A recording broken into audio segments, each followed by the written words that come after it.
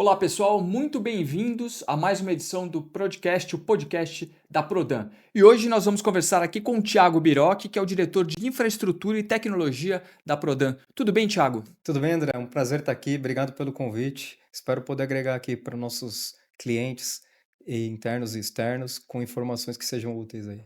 Prazer em recebê-lo. Vamos falar de uma área importante da Prodan, né, que é a área de infraestrutura e tecnologia. Eu acho que a gente tem que falar de um tema que é muito importante. A Prodan é a GovTech da Prefeitura de São Paulo. A gente tem um trabalho com toda a municipalidade. É uma empresa que hoje ela é relevante e ela está no core da prefeitura.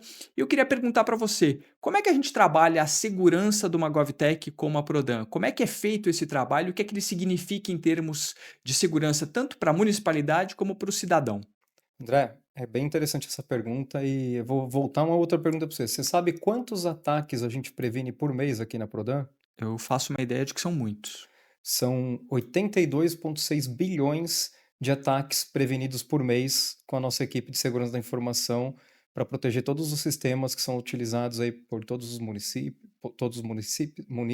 e por todas as secretarias, enfim, todos os clientes da gente, né? Um número surreal, né? É um número enorme e isso é possível porque hoje os ataques são feitos com IA, com inteligência artificial, e a gente tem que usar IA, além das pessoas, também para combater na mesma proporção, no mesmo tamanho aí de que a gente recebe o ataque, a gente devolve, né, a proteção. Então, parte disso é só um número para explicar para você o tamanho do que a gente está protegendo, mas o ponto-chave aqui é o serviço que está por trás dessa proteção, que é o SOC, é o Security Operations Center, né?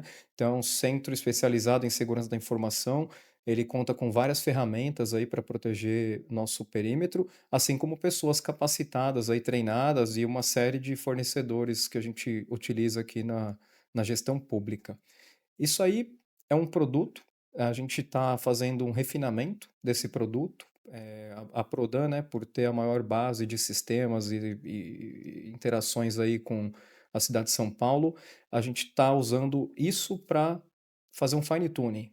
Então, nas próximas semanas aí a gente deve estar fazendo várias melhorias de algo que já é bom e maduro, para ficar perfeito para a gente poder também oferecer isso para outras secretarias e outros clientes aí, outras prefeituras. Então vai ser um negócio muito interessante para proteger. Acho que se funciona para São Paulo, que tem esse ecossistema gigante, os números que eu passei, vai funcionar acho que para qualquer outra cidade do Brasil.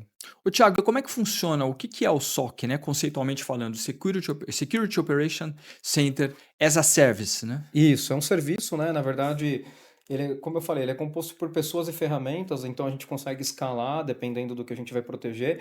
A gente faz basicamente um perímetro, a gente vai setar uma faixa de atuação, seja um data center, seja um sistema, sejam sistemas em nuvem ou on-premise, que são hospedados na sua própria casa, e a gente vai olhar para a tecnologia que você está usando lá, os clientes estão usando, e ver o que a gente precisa de colocar de ferramental, pessoas, inteligência artificial para proteger, e a gente vai fazer isso de forma como um serviço. Então você não vai sair comprando 10 licenças disso, 10 daquilo, você vai comprar um serviço. Então é isso que é a beleza do as a service, que você não precisa ter toda uma infraestrutura robusta, que seria um investimento muito alto, às vezes por uma situação um pouco menor. Então você compra como serviço, a gente já entra do tamanho certo e você pode escalar da maneira que quiser. Ou seja, é um repertório virtual, né? Exatamente.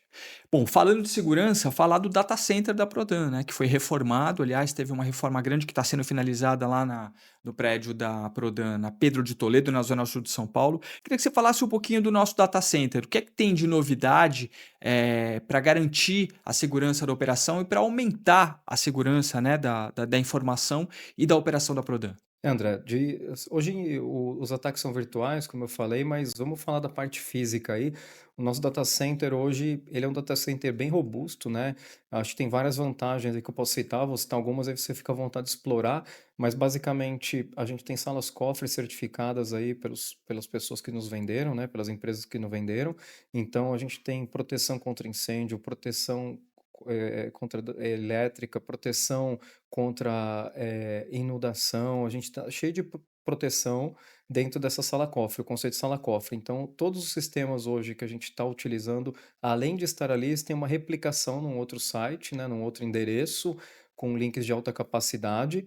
E isso permite que a gente também, né, ataque outros pontos como soberania de dados, a gente sabe onde eles estão fisicamente sendo mantidos e a gente consegue atender vários requisitos, não só da LGPD, mas que tragam confiança aí para quem estiver trabalhando conosco.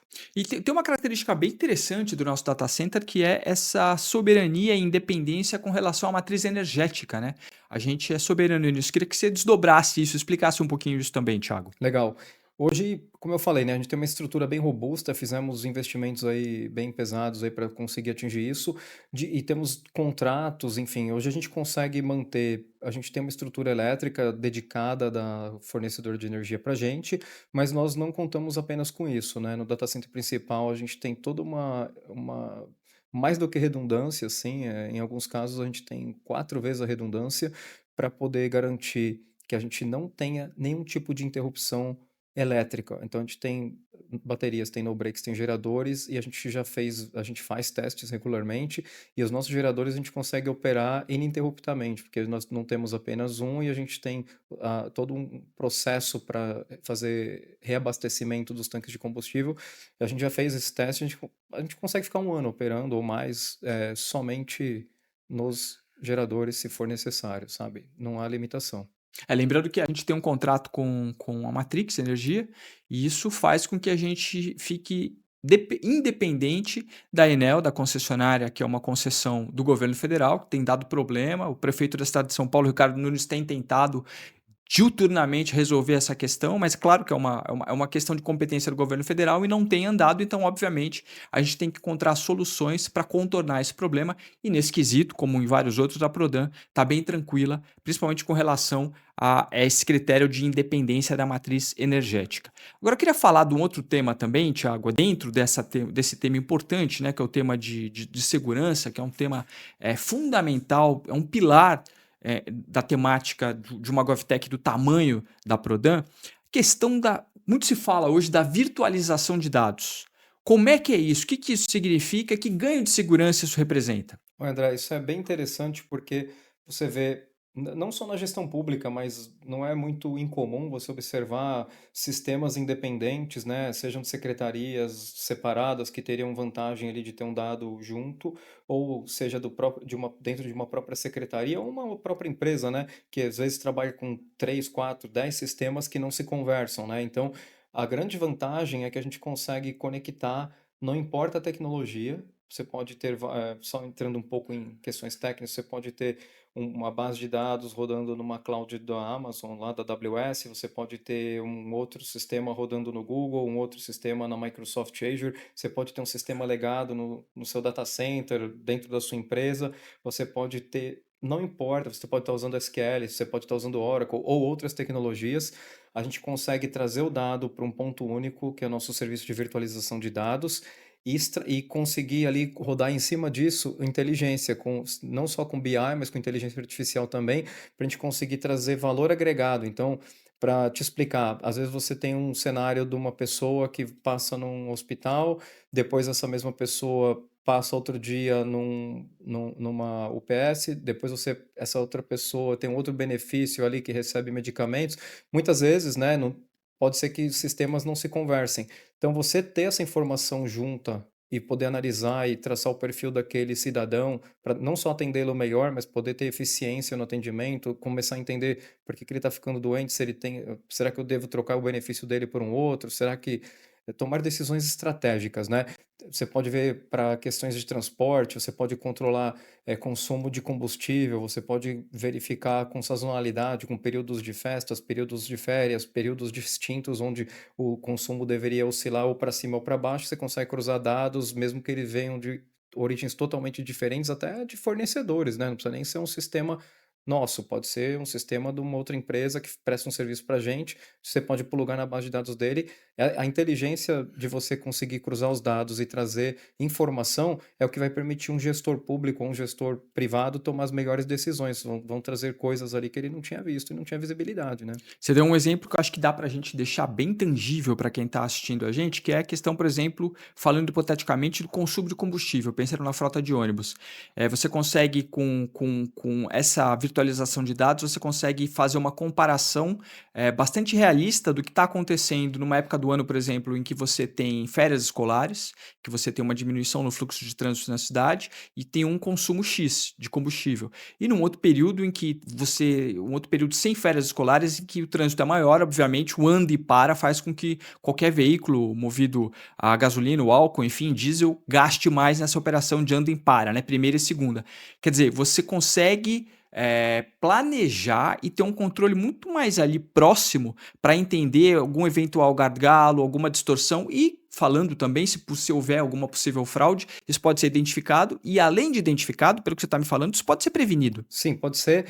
Você pode também, vou elocubrar um pouco nesse exemplo, né? Você pega uma linha de ônibus, por exemplo, e pega, às vezes, motoristas diferentes que podem ter perfis diferentes, tanto de distância quanto de consumo, caminho. Você pode referenciar com geolocalização. Você pode usar, o céu é o limite, né? Então, aí você consegue entender, ou por horário do dia, então você consegue começar a cruzar esses dados e falar, por que que todo dia, por que que às 3 da tarde com o motorista Tiago, isso aqui acontece, isso aqui demora meia hora a mais para chegar e a gente está perdendo os horários ali, a gente está atrasando, então está causando um impacto ali para a população. Você consegue começar a entender comportamentos e tomar decisões. Pode ser um fator externo, como pode ser uma questão ali da pessoa, enfim, você consegue trazer bastante inteligência para o processo para tomar decisões boas aí para melhorar a qualidade em geral. Bom, e todas essas medidas que a gente está falando aqui, todas essas soluções são importantes para a gente tornar cada vez mais tangível o conceito de Smart City, né? Que é justamente uma cidade tecnológica em que os gestores